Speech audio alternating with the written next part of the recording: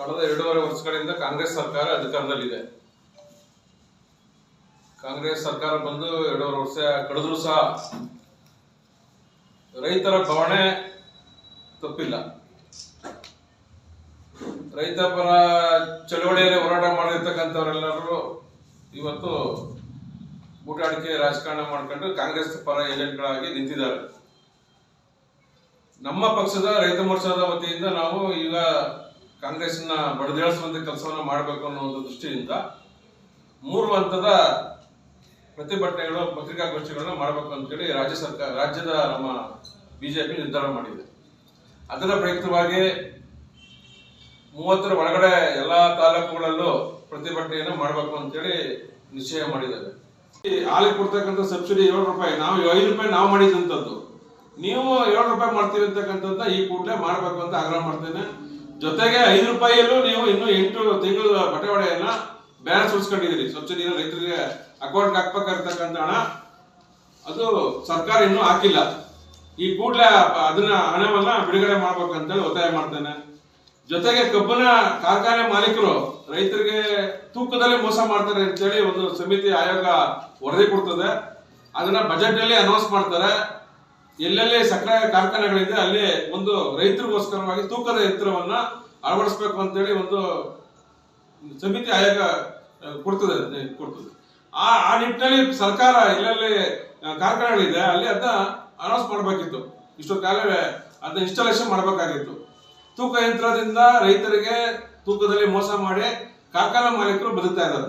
ಗೃಹಲಕ್ಷ್ಮಿ ಹಣ ಯಾವಾಗ ಕಾರ್ಯಕರ್ತರಿಗೆ ಮಹಿಳೆಯರಿಗೆ ಆಗ್ತಾ ಇದ್ದಾರೆ ಅಂತಂದ್ರೆ ಚುನಾವಣೆ MP ಎಲೆಕ್ಷನ್ ಬಂತು, 2000 ಒಟ್ಟಿಗೆ 3 ತಿಂಗಳು 4 ತಿಂಗಳು ಸೇರ್ಸಿ ಹಾಕಿದ್ರು. ಬೈ ಎಲೆಕ್ಷನ್ ಬಂತು, ಒಟ್ಟಿಗೆ 3 ತಿಂಗಳು 4 ತಿಂಗಳು ಹಾಕಿದ್ರು.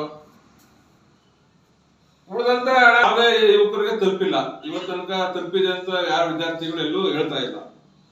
ಈ ರೀತಿ ಅವ್ರ ಗೊಂದಲದ ಗೂಡಾಗಿ ಈ 5 ಯೋಜನೆಗಳ ಹೆಸರನ್ನು ಹೇಳ್ಕೊಂಡು ಇಡೀ ರಾಜ್ಯದಲ್ಲಿ ಅವ್ರು ಕೊಟ್ಟಂತ ಪ್ರಣಾಳಿಕೆಯನ್ನ ಉಳಿದಂತ 300ಕ್ಕಿಂತ ಹೆಚ್ಚು ಯೋಜನೆಗಳನ್ನ ಏನು ಅನೌನ್ಸ್ ಮಾಡಿದ್ರು ಅದರಲ್ಲಿ ಒಂದು ಸಹ ಅವರು ಪ್ರಣಾಳಿಕೆ ತಂದಿಲ್ಲ. ರಾಜ್ಯದಲ್ಲಿ ಕಬ್ಬು ಬೆಳೆಗಾರರ ಸಮಸ್ಯೆಗಳು ತೀರಾ ಹದಗೆಟ್ಟು ಲಕ್ಷಾಂತರ ಜನ ವಿರೋಧಕ ರಸ್ತೆಗೆ ಬಂದು ಹೋರಾಟ ಮಾಡಿ ಇವತ್ತು 3300 ಕೊಡ್ತೀವಿ ಅಂತೇಳಿ ಒಂದು ತಾತ್ಕಾಲಿಕವಾಗಿ ಒಂದು ಅನೌನ್ಸ್ ಮಾಡಿದ್ದಾರೆ.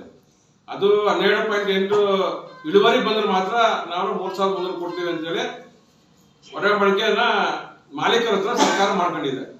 ಅದಕ್ಕಿಂತ ಕಮ್ಮಿ ಬಂದ್ರೆ ಏನ್ ಮಾಡೋದು? ಆ ರೈತರಿಗೆ ಅನ್ಯಾಯ ಆಗುತ್ತೆ. ಆ ರೈತರಿಗೆ 3300 ಹಣ ಸಿಗಲ್ಲ. ಆಗ ಅವನಿಗೆ ಅನ್ಯಾಯ ಆಗುತ್ತೆ, ಅವನು ಆತ್ಮಹತ್ಯೆ ದಾರಿನೇ ಕಂಡ್ಕೋಬೇಕಾಗತ್ತೆ. ಹಂಗಾಗಿ ನಾವು ರೈತ ಮೋರ್ಚಾದ ವತಿಯಿಂದ ಅದು ಎಷ್ಟೇ ಇಳುವರಿ ಇರಲಿ ಪ್ರತಿ ರೈತರಿಗೂ 1 ಟನ್ನಿಗೆ 3300 ನಿಗದಿ ಮಾಡಿರ್ತಕ್ಕಂಥ ಹಣ ಎಲ್ಲ ತಲುಪುವಂಗೆ ಮಾಡ್ಬೇಕು ಅಂತೇಳಿ ನಾವು ಆಗ್ರಹ ಮಾಡ್ತೇವೆ.